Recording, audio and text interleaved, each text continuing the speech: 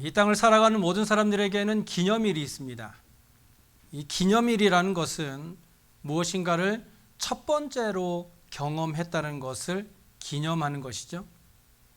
예를 들어 이 땅에 태어난 날을 기념하는 생일, 그리고 이 땅에 태어난 지 1년이 되는 돌, 결혼기념일, 환갑, 칠순 등 많은 기념일들이 있습니다.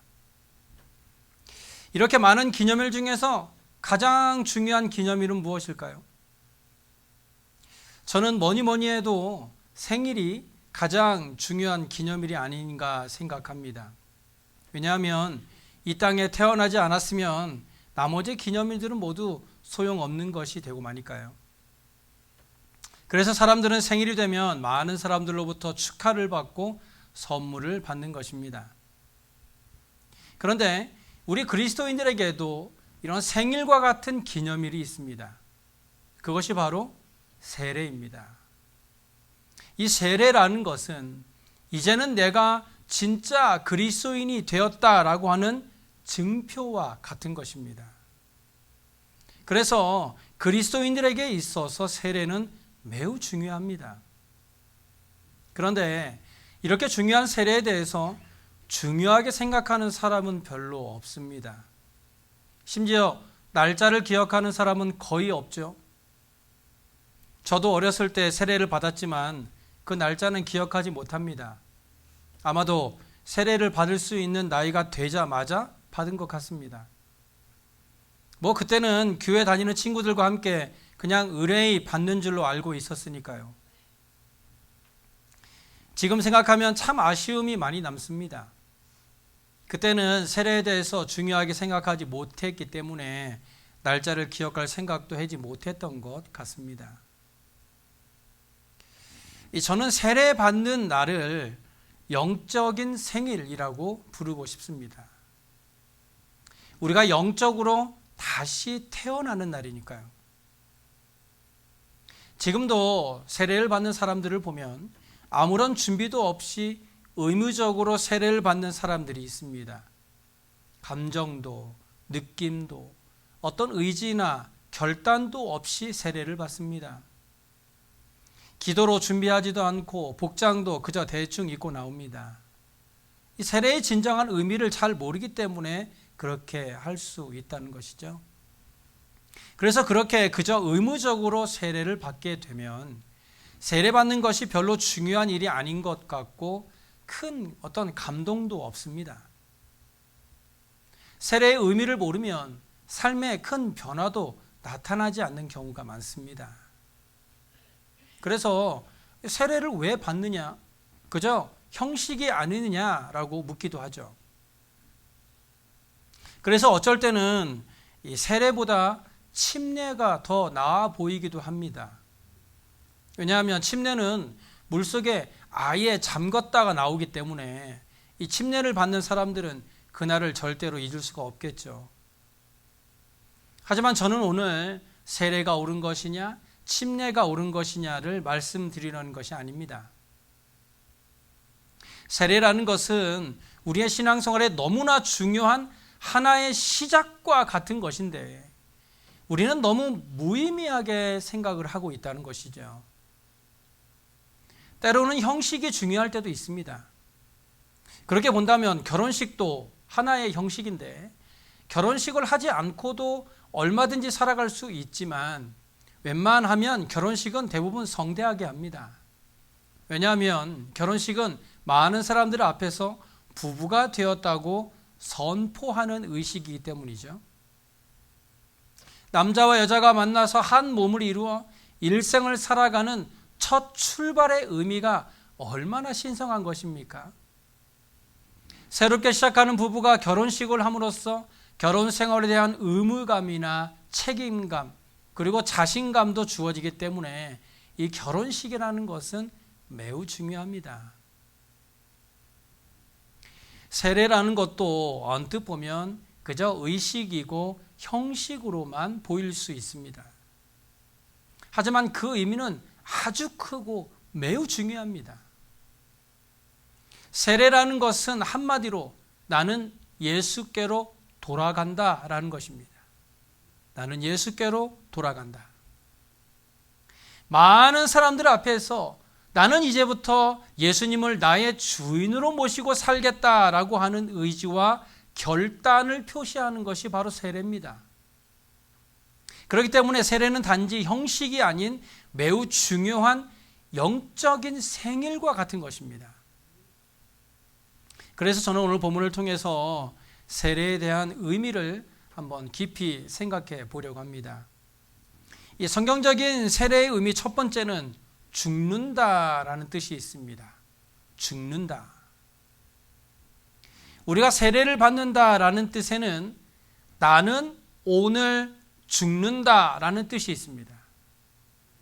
여기서 죽는다라는 것은 육신의 죽음이 아니라 인격의 죽음을 말합니다. 생각의 죽음이고 뜻의 죽음입니다. 이전에 내가 죽는 것입니다. 이를테면 자기 부정의 의식이라고도 할 수 있겠죠. 그렇다면 어떻게 죽습니까? 오늘 보면 4절을 보시면 그러므로 우리가 그의 죽으심과 합하여 세례를 받았다고 말씀합니다. 즉 그리스도와 함께 죽는 것입니다. 이것이 세례의 가장 큰 의미입니다. 그리스도와 함께 죽는 것. 이것을 사도 바울은 갈라디아서 2장 20절에 내가 그리스도와 함께 십자가에 못 박혔다라고까지 표현하기도 했습니다.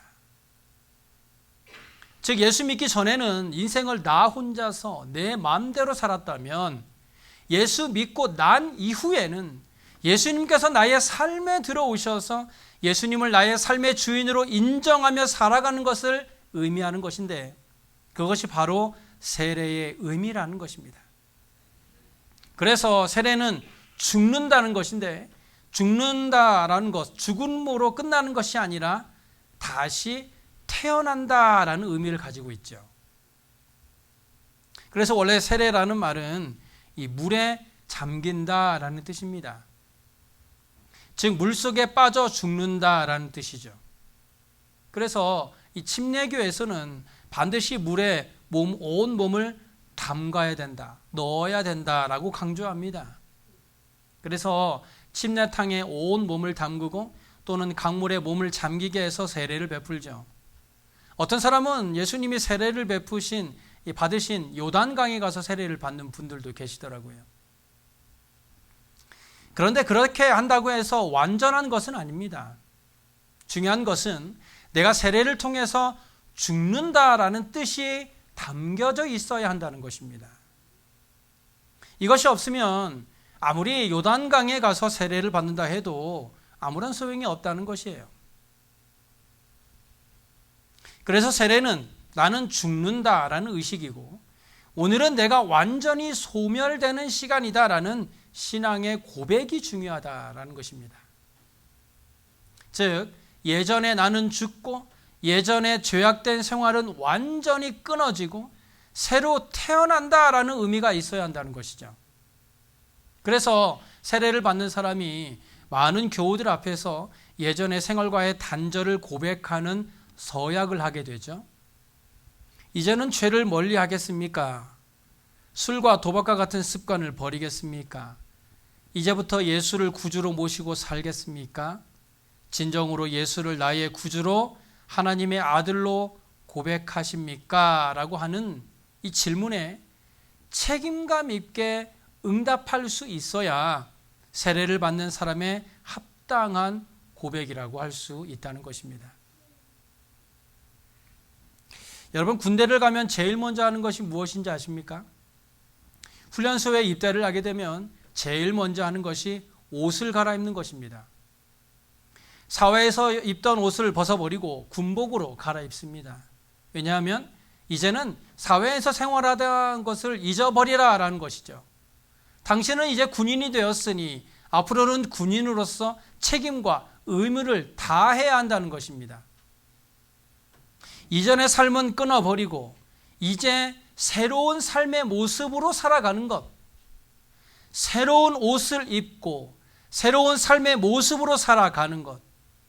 그래서 내가 완전히 죽는 예식이 바로 세례인데 그런 의미에서 본다면 내가 세례 받는 날이 곧 내가 죽는 날이다라는 것이죠.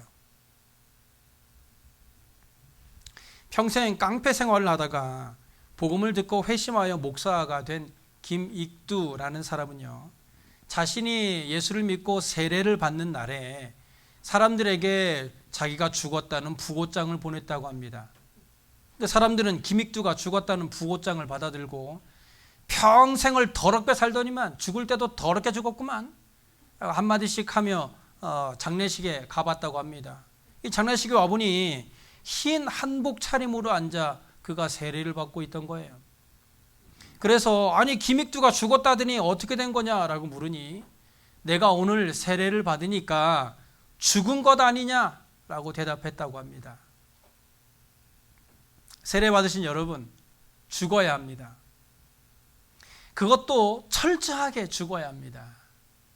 지금 죽지 않으면 그리스도인으로서의 삶은 아무런 의미가 없습니다. 우리가 세례를 받는 것은 내가 주와 함께 죽었다라는 뜻이므로 예수님과 함께 옛사람이 완전히 죽는 삶이 되어야 한다는 것입니다.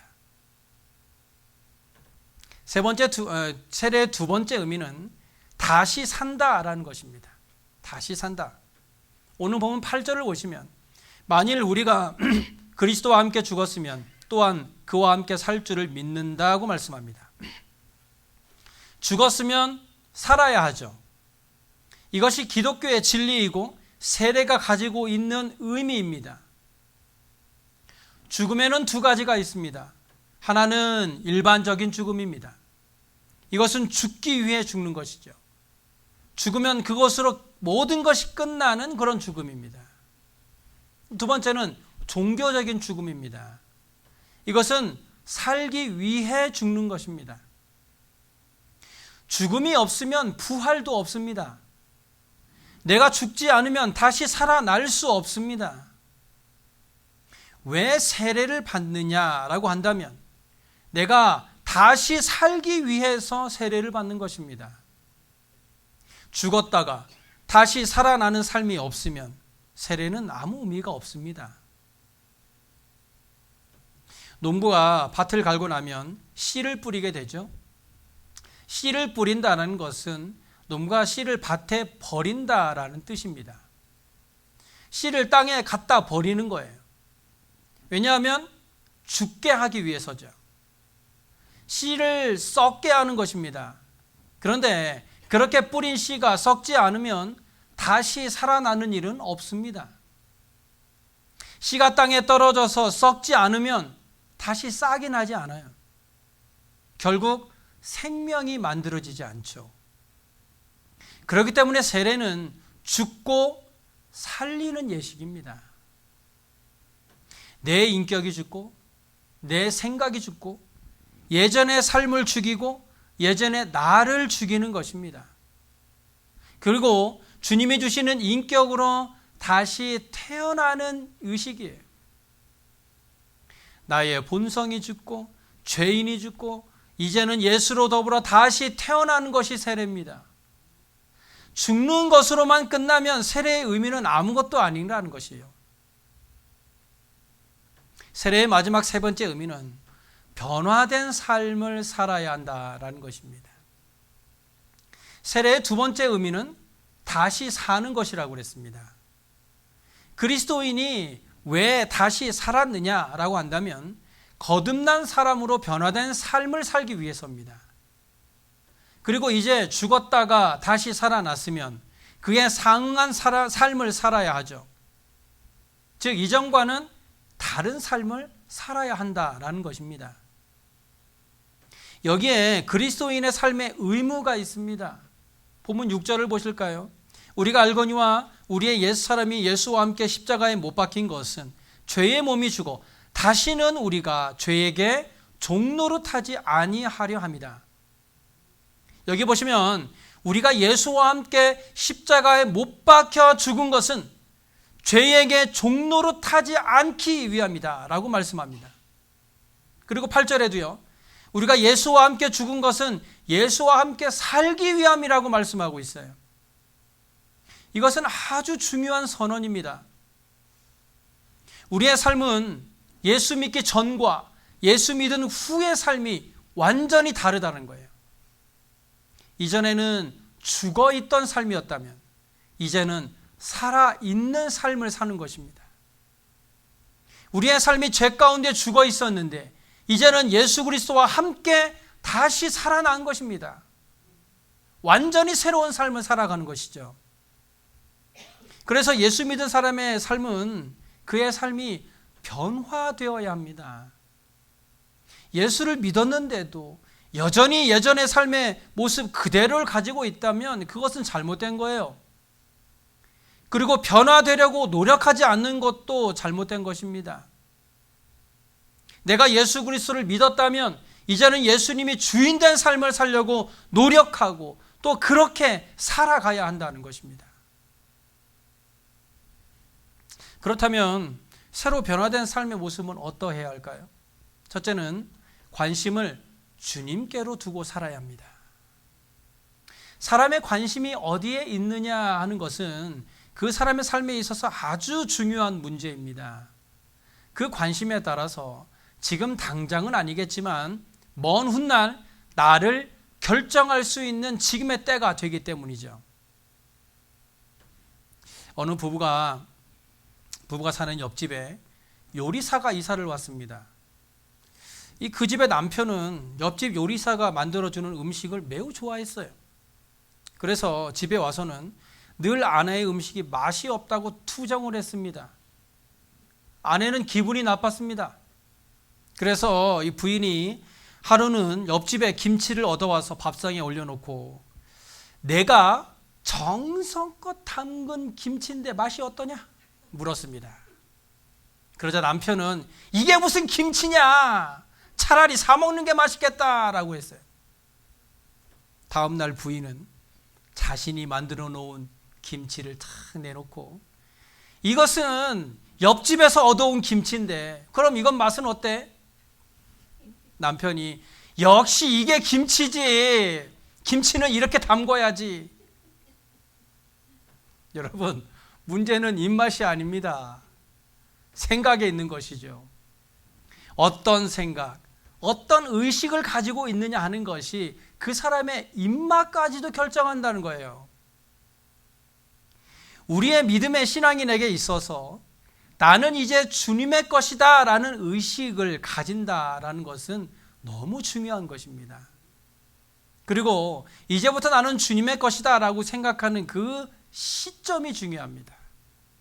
그래야 그 시점부터 내가 관심의 초점을 주님께 맞추고 살아가게 되기 때문인 것이죠. 세례라는 것은요, 이렇게 결단하게 하는 일종의 의식입니다. 내가 이제 세례를 받았으니 나는 이제부터 주님의 것으로 살아가겠다라고 의식하며 살아가는 것입니다. 늘 생각하는 거예요. 두 번째는 주님을 위해 충성스러운 삶을 살아야 한다는 것입니다. 관심을 주게 되면 그 관심의 대상을 위해 살아가게 되죠. 그런 삶이 충성의 삶입니다. 사람에게 가장 사랑받는 동물은 뭔지 아십니까? 바로 강아지입니다. 개. 강아지가 사람에게 가장 사랑받는 데는 다 이유가 있습니다. 그것은 주인에게 충성을 다하기 때문이죠.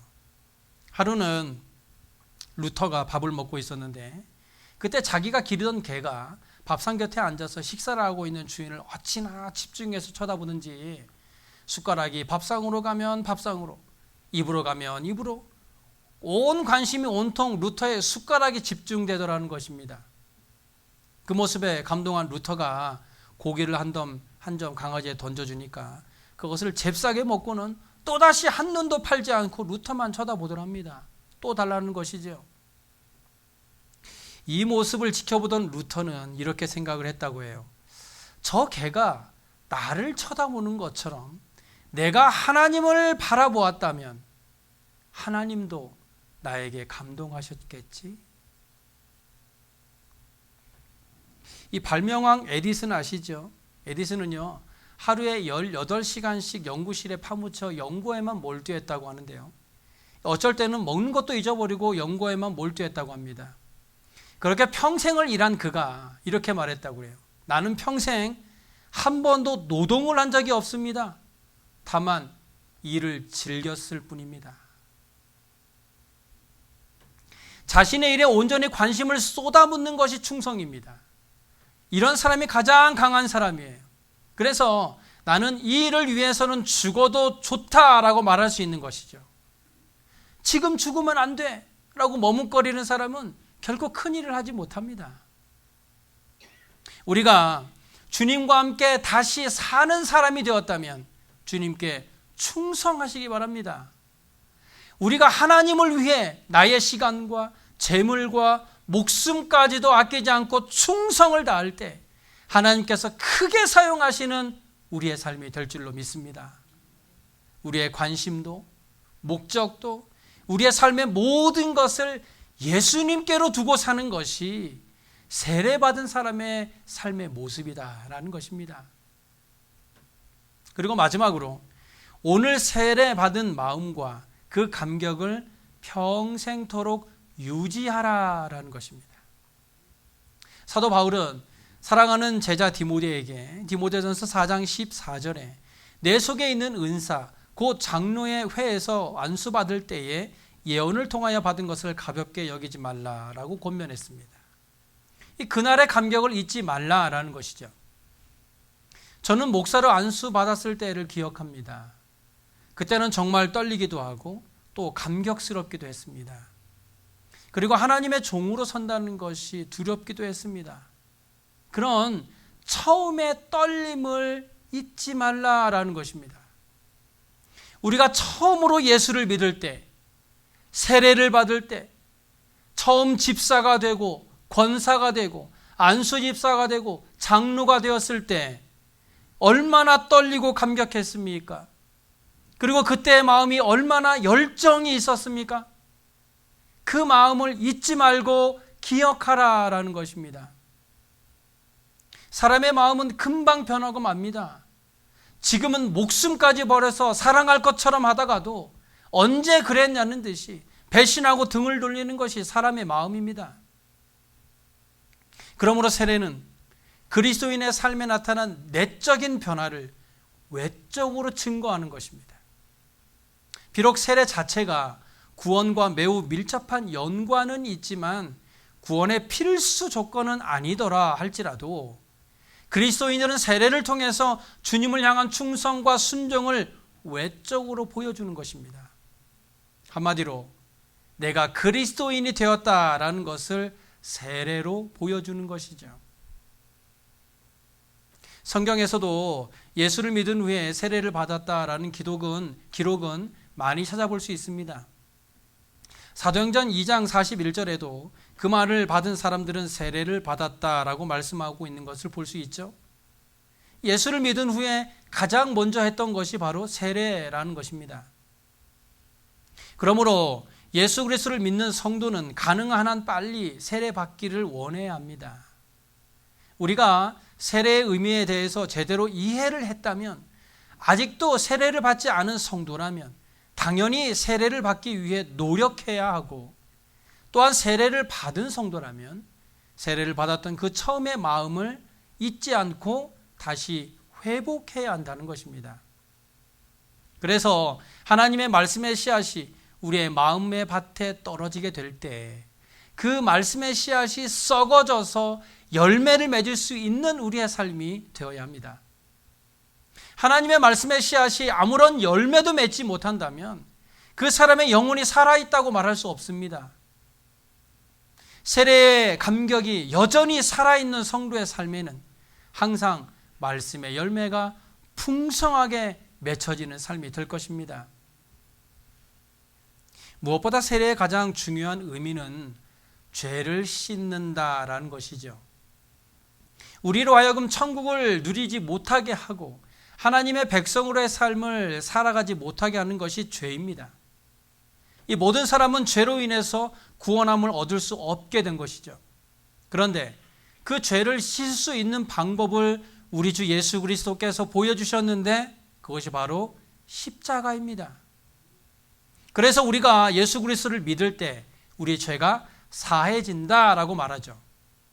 그렇다면 그 죄가 사해졌다라는 것을 어떻게 확인할 수 있습니까? 그것이 바로 세례입니다. 우리는 세례를 통해서 우리 죄가 씻겨졌다라는 것을 눈으로 볼 수 있게 해주는 표시와 같은 것이에요. 즉 내가 이제는 그리스도인이 되었다라는 것을 모든 사람들에게 보여주는 상징이다라는 겁니다. 그렇다면 세례를 받음으로써 우리가 받는 것은 무엇일까? 사도행전 2장 38절에 보시면 베드로가 이르되 너희가 회개하여 각각 예수 그리스도의 이름으로 세례를 받고 죄 사함을 받으라. 그리하면 성령을 선물로 받는다. 우리가 세례를 받음으로써 죄 사함을 얻게 되는데 그렇게 죄 사함을 얻은 후에야 성령을 선물로 받는다는 겁니다. 그래서 우리는 세례를 받을 때 성부와 성자와 성령의 이름으로 세례를 받는 것이죠. 우리가 성삼위의 이름으로 세례를 받는 이유는 성삼위 하나님께서 보증이 되신다는 겁니다. 내가 세례를 받음으로써 이제 그리스도인이 된 것을 성부 하나님과 성자 하나님 그리고 성령 하나님께서 보증하시는 것이니 세례가 얼마나 확실한 그리스도인이 되게 하는 것입니까? 그러므로 우리가 오늘 세례의 의미를 다시금 깊이 새겼으면 좋겠습니다. 세례는 단순한 교회 예식이 아닙니다. 세례를 너무 가볍게 여기지 않았으면 좋겠습니다. 우리는 세례를 통해서 그리스도인으로 인침을 받는 것이고 성삼위 하나님께서 내가 그리스도인이 되었다고 하는 것을 보증하는 것이니 이제는 우리의 삶의 주인이 예수 그리스도가 된 진짜 그리스도인이 된 것입니다. 우리의 관심이 내 안에 계신 예수 그리스도가 되시기 바랍니다. 우리의 삶의 목적이 나를 위해 십자가에 달려 죽으신 예수 그리스도가 되시기 바랍니다. 그래서 내가 그리스도로 인하여 죄 사함을 얻고 이제는 그리스도가 다스리는 삶이 되었다는 것을 사람들 앞에 말씀의 열매로 나타내므로 진짜 그리스도인으로서의 삶을 살아가는 저와 여러분의 삶이 되시길 간절히 소원합니다. 기도하겠습니다.